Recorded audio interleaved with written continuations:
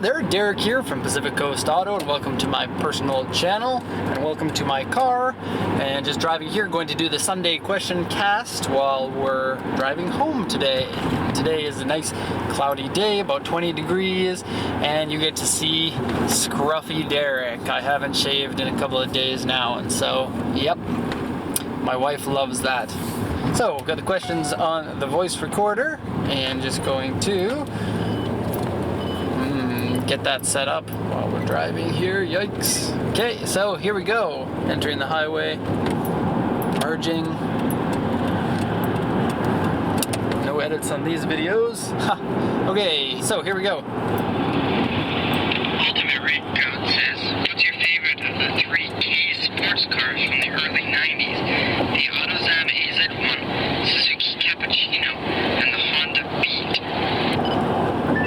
So back in the late 80s, all the Japanese companies had lots of money. And when you have lots of money, you can put out the cars that everybody wants to drive.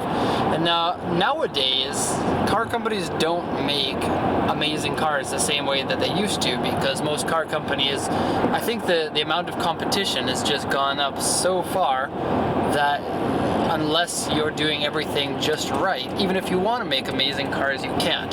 And this is something that happened to the Porsche 991, and so 996, I'm sorry. That's wrong. So the 996 was Porsche's first economy 911. And a lot of people really didn't like that. But the fact of the matter is, Porsche didn't have a choice. It was either really lower the quality of your cars or go out of business. And so nowadays, thankfully, they've kind of got that equation right. And Porsche, more than any other company, knows how to do that. They make these high-margin cars like the Cayenne and the Boxster and the Cayman, so that they can sell the lower-margin cars that everybody really likes, like the 911. I guess the Panamera is more of the higher margin cars, but that's a car that I personally like a lot. And yeah, so back in the 80s, anyway, back to the question, back in the 80s, most of the Japanese car companies, because they had all this extra money, they thought that it would be okay to sell these cars to improve their image more than their sales. And so Suzuki and Mazda and Honda made their cars. There's the AZ1, which is Mazda. What it is, okay, so first off, these are K cars. A K car is limited in the size that they are. They have yellow license plates. Maximum engine size is 660 cc, so it's a 0.6 or 0.7 liter engine.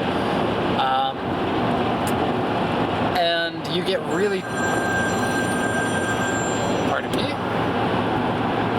you get really cheap tax if you've got a car that fits into the K category. So these companies decided to make these cars that were fun to drive, but would still fit into this category. And the AZ1 is really cool because it looks like a mid-engine sports car, kind of like a tiny Ferrari.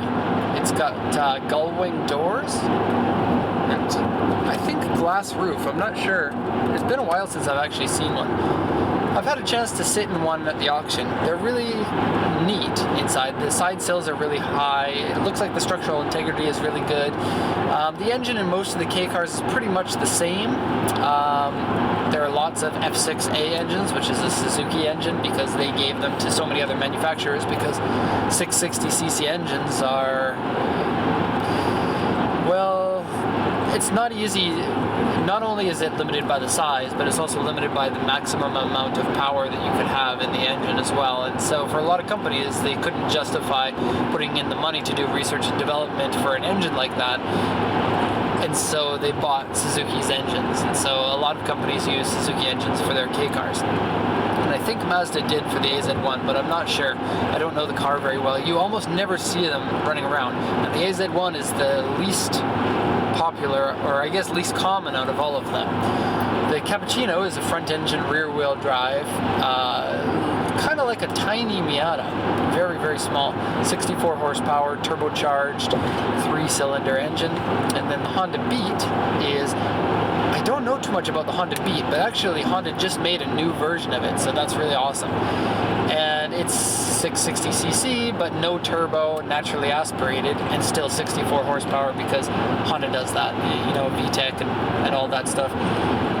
I have never driven any of them. I have sat in all 3 of them, but I've never had a chance to drive any of them, and so I can't really say which one that I would go for. I really like all of them, but I think the cappuccino is the one that I would like the most because I think it would be cool to have a convertible, and of course the cappuccino and the beet are both convertibles, but the cappuccino has a convertible hardtop, and I actually fit in it. Most people don't, and so that's nice. I think having a convertible hardtop is nice because you don't get as much wind noise in the highway, so I'd be able to do my videos in that car if I wanted to. And I like the styling of it. All except for the front grille has a really strange oval right where the hood meets the front bumper, and I think it looks incredibly stupid. But other than that, the proportions of the car, and the restrictions that they have, I think are a good compromise. They look good despite being a really tiny, kind of weird shaped car. And so yeah, I would probably go with the cappuccino, but don't get me wrong, the other 2 are good choices as well.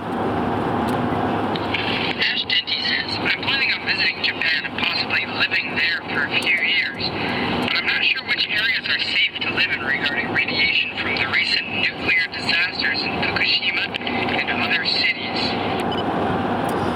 Okay, so I was here in Japan when the earthquake happened, and keep in mind this was 2011, and so this is quite a long time ago that this happened. The earthquake was a pretty big panic around the world when it first happened because it's not every day that there are nuclear disasters. There's the 3 Mile Island, there's Chernobyl, and then there's the Japan one, the Fukushima Daiichi. And it freaked a lot of people out because people don't know much about radiation and how it works. And certainly I didn't at that time, and I've studied it a little bit to see what's going on. When something like that happens, you think, wow, do I need to move out of this country? And actually a lot of the foreigners here in Japan did move away after that happened. Now we're quite a while after that, and things have settled down a lot. We don't see very much of it in the news, and I think that there's more of it in the Western news than there is in the Japanese news. Now, I think the reason for that is because of sensationalism, because if it's a slow news day, they know they can get a lot of eyeballs if they talk about radiation because it freaks people out. And the news stories that the Western media, especially American media, and Canadian to an extent, is really, really stupid media. Like, when you watch those shows, you can tell that they're creating stories out of nothing.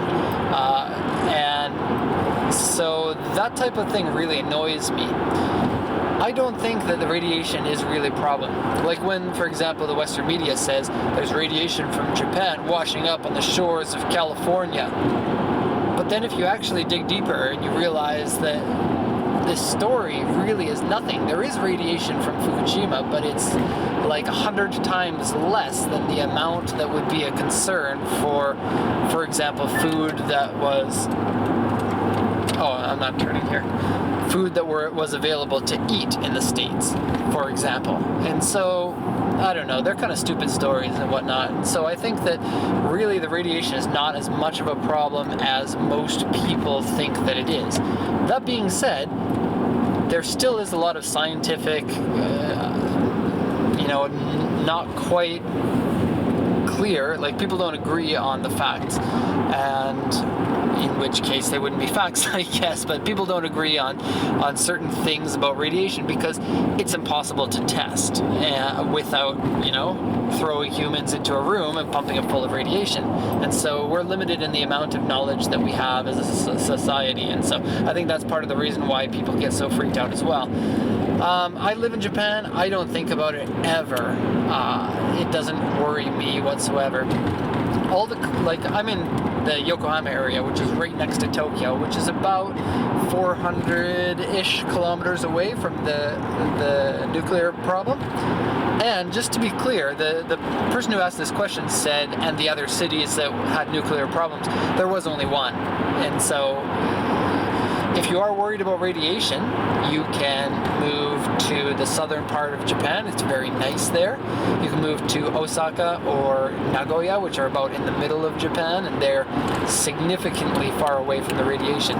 If you want to live in Tokyo and you're the type of person who gets freaked out pretty easily, then I don't know, maybe one of those southern cities is better for you. But for me, I I'm not worried about it. Can't answer the phone while driving.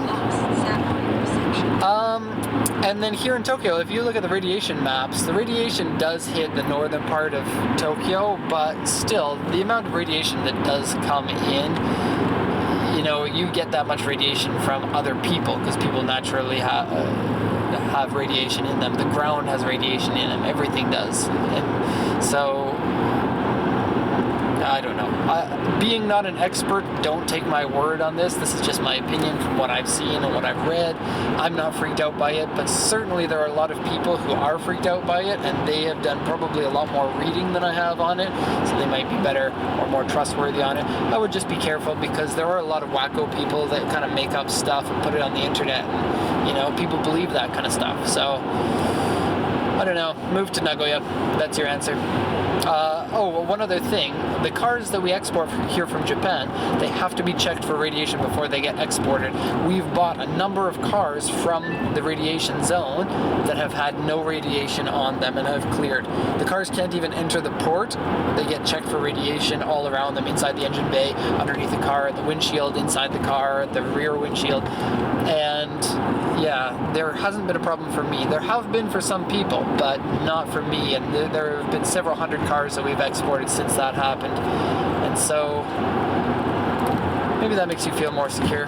Maybe this question went on for too long, so let's see what's next. Brendan A says, I'm seeing S15s and R34s in America, even though there's a 25-year rule. How would someone get one of those cars in America? Yep, there are plenty of illegal cars in the USA, and there's a big market for them because everybody wants the R34 GTR and the S15 Sylvia. And, you know, lots of other cars here in Japan. At the end of the day, they're illegal. There is no way to get either of those cars into the USA legally. But the question is, how do people do it? And before I answer this question, please don't email me saying, I want you to do this for me, because we don't do it. We don't do illegal things. And so even if you ask really nicely, and even if you offer me lots of money, there's no way we're going to do something like this. And so the main three ways that people get their cars into the USA is, one, shipping them in container and lying about what's inside, because not all containers are checked at the port. They don't have the resources to check all containers, so they check less than, I don't know the stats, but it's very small. Of 1,000 containers, they might check 10 or so. And so people on their shipping paperwork will say, oh, this is a 25-year-old Sylvia. Yep.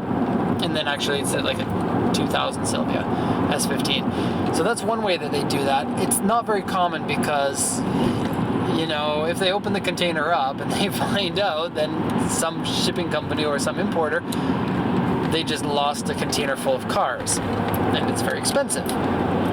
So that's not a common way to do it. The second, the least common way to do it is to buy a car in Canada and then drive it down into the US. Now, take a look at the license plates when you see cars. If they're registered in Canada, that just means they're a Canadian car, and you can legally drive them in the States. Stop calling me!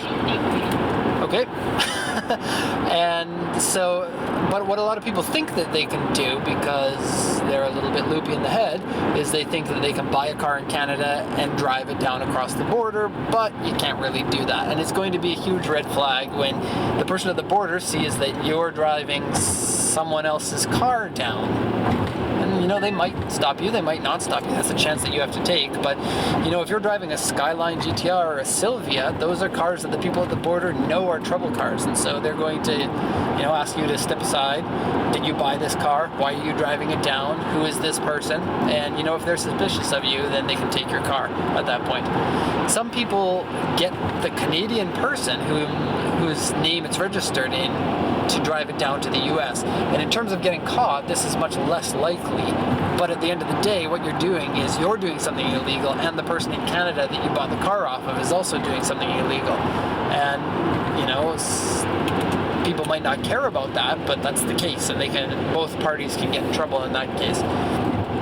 probably the most popular way to get your car, or to get a car into the USA, is by cutting it and registering it as a kit car. And so what people do is they'll cut a car in Japan and send half of it in one container and the other half in another container, because if you open a container and find a GTR cut in half, they're still going to consider that to be a car and they'll still take it from you. But if they're in separate containers, then they can't. And then you weld it back together, and then you either slip some money to the person in the registration office to allow you to register as a kit car, or you register it in a state where the people are really stupid and they don't realize that R34s are real cars, not kit cars. So the official rule, which I believe is the same in all states, is that if it's a kit car, then you can't have an existing chassis that was once a registered car. And so there may be ways around this, but at the end of the day, what you're trying to do is you're trying to make a car that actually exists and registered as a kit car. And if you do get into trouble, there's no winning that in a lawsuit. You can't, sue the authorities and then say, look, you got it wrong, because they'll always win. It's going to be very easy for them to do that. And so those are the three ways. It is pretty common. There are lots of people that pay to have their cars imported like that, and we don't do that, so please don't ask me. Stan says, is the Toyota MR2 AW11 a good first car? The AW11 is the first MR2, and an excellent car, because Toyota made boring cars up until the AW11 came out, and it was fantastic. And it has the same engine as the 86, the AE86, slightly different head, but basically the same engine, and comes in supercharged and not supercharged form. I love those cars. They are probably in my top 20, which is good for me because, I like hundreds of cars. I love the engine. The engine is super reliable. I love the looks of them because they look like Transformers. And actually, there might have been an MR2 Transformer, because there was an AE86 Transformer in the original series. They rust big time, and you can't get away from that. And so, as a first car, you might be okay with a car that's all rusty, because when I had my first car, it was all rusty. But I'm from Canada, where most people have rusty cars. Just in general, they rust in 5 or 10 years. Excuse me. And so, if you want to spend big money, you can get one that has a very clean shell and a good engine. That's going to be upward to about 10 grand or 12 grand these days, I would think. But I don't know. I haven't looked at the market. This is just speculation at this point. I think that it's good to buy a two-seater as your first car, because when you grow up and you have a family and you have kids, you can't get that two-seater again till your kids move out. And so it's good to be able to experience that. I don't think it's too much power for a first car, because, you don't want to crash your car. And so, I don't know, there's lots of good reasons to get that car if you can get a good one, so I highly recommend it. Final question from Wolfram Edmund Ferdinand. Is there any rule in Canada with imported cars and how much you can drive them? For example, are you allowed to use them as a daily driver? I think in the States they limit you driving historical vehicles only to meetings and events, but not for personal use. Okay, so that's the end of the question, and I got, I think, the fourth phone call from my wife. Just give me a sec, and I'll make sure, yep, you're all my wife. So now you know my wife won't stop calling me every 5 minutes while I'm driving. And usually I don't answer the phone while I'm driving. I'm very picky about that. Okay, so the final question is, are you limited to the amount of kilometers you can drive your car, or miles you can drive your car? In Canada, no. There's no rule for that. Now, in Canada, like in the States, the province sets the rules for that, but all provinces, as far as I know, have no problem with mileage, the amount of mileage you can drive. Now, the person who asked the question, they asked, in the US, if your car is registered as a historic car, you can only drive it to events and things like that. So both in Canada and in the US, you can get insurance that is a historical car. And the rules are set by the state, but usually they're about 25 or 30 years old. You can register the car as a classic car. And if you do that, which you can do to Japanese cars, then you'll be limited to the amount of kilometers. But that has nothing to do with the importing of the car. And then usually what they'll do is they'll say each year you can only drive 2,000 kilometers or 2,000 miles or something like that. And then they say this is the purpose of it is for driving to and from events, racetracks and stuff like that. But you're never going to get in trouble from the police for that, because you know, they have other things to do. They won't look at your classic car and then say, oh, there's no car event in this area, I'm going to write you up for that. I don't think that would ever happen. Now, there is one kind of exception here, and turn off the AC. It is cars, some cars in the US. Okay, so there's the 25-year rule. You can't import the cars until they're 25 years old. But some cars can be sent to the US before they're 25 years old if they qualify as a historical car. Not a classic car, but a historical car. And so what you have to do is you have to convince the authorities that the car that you want to bring in is a historical car. Now, don't go out there trying to do this, because the Supra JZA 80 Mark IV Supra is not importable. The R34 Skyline is not importable. Nissan Silvia is not importable. All those other emails that I get constantly filling up my email box, those cars don't qualify. Your car qualifies if, for example, it's the first car to ever have power steering, or it's the first car to have a transversely mounted engine, or the first car from a manufacturer that has never made cars before. Now, most of the cars that are on this list, and there's a list you can look up on the internet, the most cars on the list are racing prototypes. So a car company wanted to go racing, but they had to homologate, like they had to have 10 or 100 or 200 or 500 cars made for the road so that they could enter this car into the race. And so the list is full of Porsches, and most of the cars on the list are big money cars, like $500,000 to $1 million per car, and you can't just go into the marketplace and buy these cars. Now, the Nismo edition Nissan Skyline, which is the racing homologation for the Nissan Skyline, was on this list, but that car is now 25 years old. And so if you imported that car, say 3 years ago, then you would have a stipulation on the car stating that you can only drive 2,000 miles per year. But if you import that car now, you don't have to deal with that, and so you don't have to worry about it. So this probably doesn't affect a lot of people, because there are very few cars that are accepted to make this list. You can do an application if you want, but nearly all the cars that are applied for that are not limited production cars, like fewer than 500 were made, most of them get denied. And so, yeah. Okay, that's going to be the end. This is, I guess, the first one in 2 weeks, so sorry about the wait. Please put your comments in the comment section. I didn't have a lot of comments last time, but that's because I was really sick and then got really busy and I missed a couple of videos, and so I'm looking forward to lots of questions in the comments section for this video, and so that I have lots of question fodder for next week. So thanks for watching, everybody. Hope it wasn't too long between the last two casts, and have a good day, everyone.